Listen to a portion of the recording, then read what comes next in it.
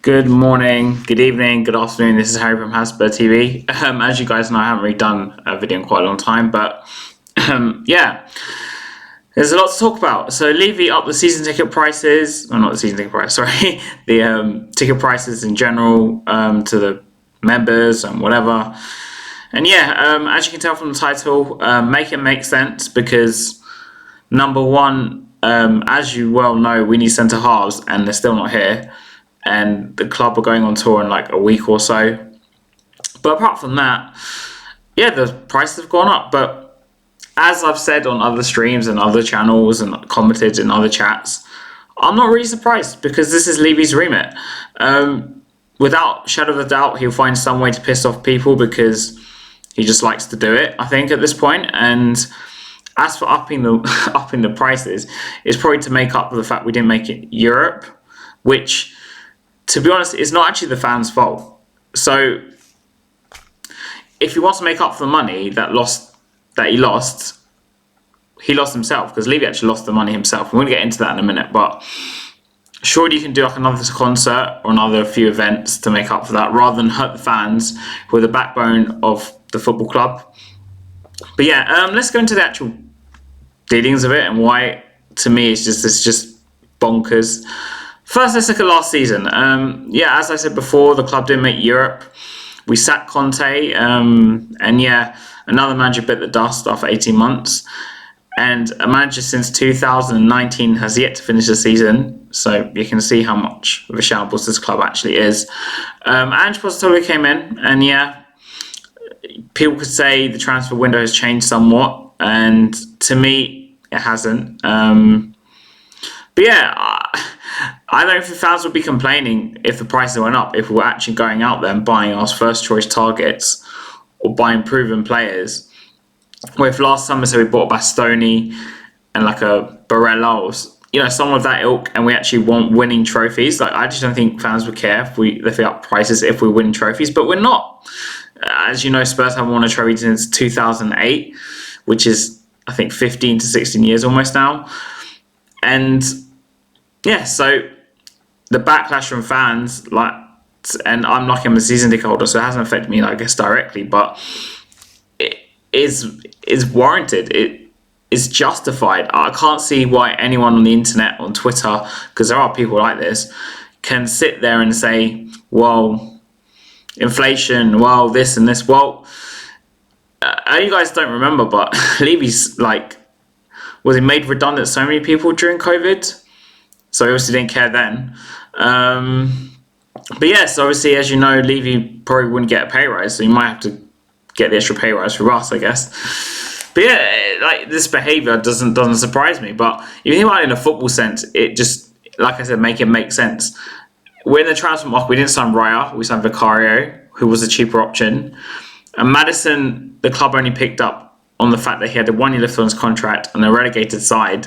The club have been chasing Maddison for about 8 years, since 2015, and arguably the best sign for me, the best in a footballing sense, the best time to sign Maddison was when Eriksen was leaving, or even we could argue even before then, because in 2019, okay, Maddison had more years left on his contract, but he was probably more valuable to us back then. We could have paired him with Eriksen, or as soon as Eriksen left, we would have a playmaker straight away, and maybe Mourinho would have turned out differently. You just don't know. But to me, it's not as it's too late. It's just you've been chasing him for 8 years. Come on, it's like with Llorente. The club were chasing him for about 10 years, even from on the rent-up days. Lo and behold, we finally signed him when he was finished as a player. It just is what happens at Tottenham. We just watch players for years and years, and eventually we sign them through some miracle. And then obviously we got Solomon on a free, and yet some people pointing to the fact that it's a freebie, so we won't lose any money on him, and it's like a no-risk signing. Well, what people fail to realise is Harvey Barnes is going to Newcastle, who allegedly we made a double bid for with Maddison, and we're not getting Harvey Barnes, we're getting Solomon instead. And to me, again, that's just going the cheap way, because apparently some people were talking earlier today, I was watching some channels, and no disrespect to them, saying how Solomon's going to be the backup for Son, or like the backup for Kulusevski on the right. And I'm sorry, but the guy can't even get to the Fulham team.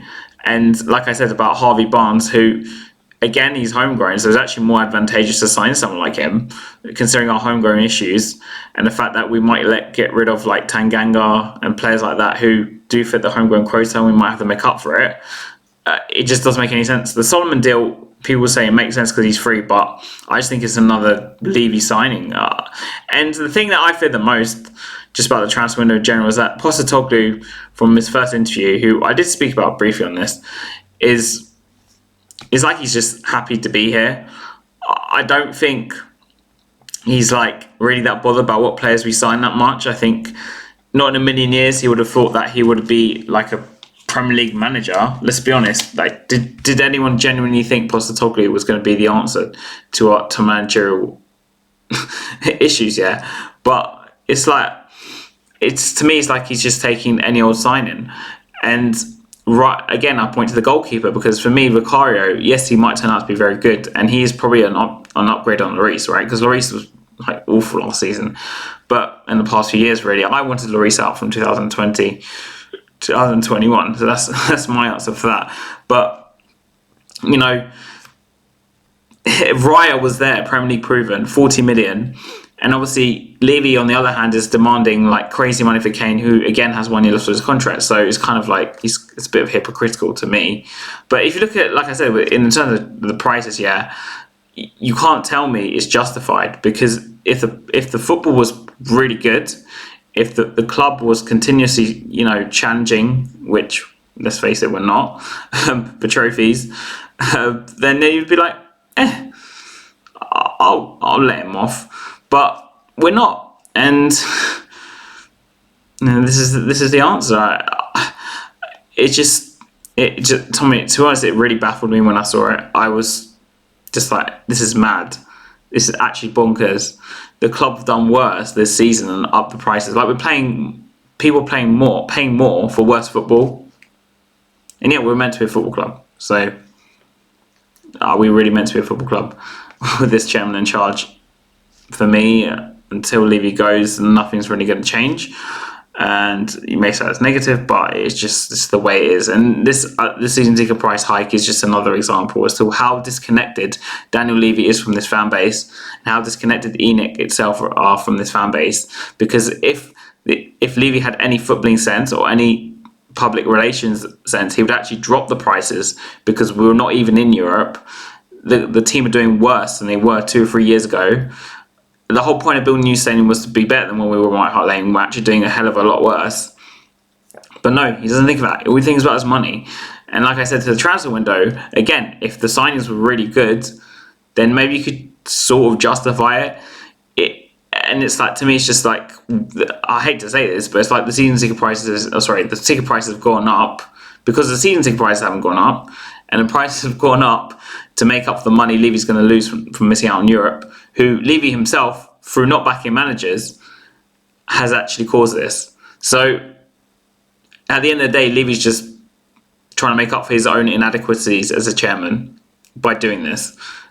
That's the crux of it. I'm not going to sit here and tell you anything different, because I'll just be lying, and that's the root of it all. But unfortunately, this man, Daniel Levy, has taken no accountability. He may have said in his whole statement, as usual, his yearly statement to the fans, whatever, we've recognised our problems, our issues, my mistakes, blah, blah, blah. But you're doing exactly the same things, mate, as you were doing in the previous transfer window. Some people disagree with me, but the whole fact that we're still negotiating with Van der Ven, who to me is like not even a proven signing. And okay, he's one for the future, because people love to use that word, one for the future. But is Van der Ven really our centre-half answers? No. And then Tapsoba, they're negotiating too. But again, he's not paying the money. And people say, he's trying to sign one of the two, not both, blah, blah, blah. Well, we did concede 63 goals last season. Again, another reason why the season ticket prices are up, because we conceded the most amount of goals we've conceded since 2000s or something, like the early 2000s. So make it make sense. And after all, it does not make sense. And this is all Levy's inadequacies which has led to this, okay? And until this man is held accountable for his deficiencies as a chairman about what he's done to this football club. And I don't care about what he's done off the pitch, because what he's done off the pitch to me I don't care. Like, he could build up 10 skyscrapers. I'm not going to sit there and be like, wow. Like, I go to the games, and most fans go to games to actually watch the football and to support the team. But if I've and this is what I'm trying to say, it's like he's pricing out fans to me. And I've said this on other streams, it's like he's pricing out real fans, because there are people who go to Spurs on a day out, and I hate to say this, whether they're from whatever working, class or race or gender, because I don't want to get into that debate, because I've said this on our channel and I'll get called and I'll probably get cancelled if I say something like this. And some people just go there for a day out. They're going to go there to support the team. They go there, have a few beers. Oh, I'm coming to Tottenham, just watch a game, or whatever. They're probably not even that into the game. They probably don't really care much about the result. And you're pricing out the bread and butter of the fan base, like the people in Tottenham, obviously mainly not majority, but the kind of area Tottenham is, and the kind of area around there is. Are you telling me those kind of fans are going to be able to afford this? Because I can't speak to about everyone, but local fans in general, if you're thinking about it just generalistically and on paper, that's pretty hard to do. Of course, I'm not saying everyone's like this, but they won't be able to afford this. And at the end of the day, Tottenham, the local fans, the bread and butter of the team and the club. But Levy doesn't care, he just wants the dough. That's all he wants, just wants the dough. And this is why the transfer window for me is not been that great. And even if we sign these young defenders, it's just proving again that the transfer policy hasn't changed. And Levy out, and make it make sense, please.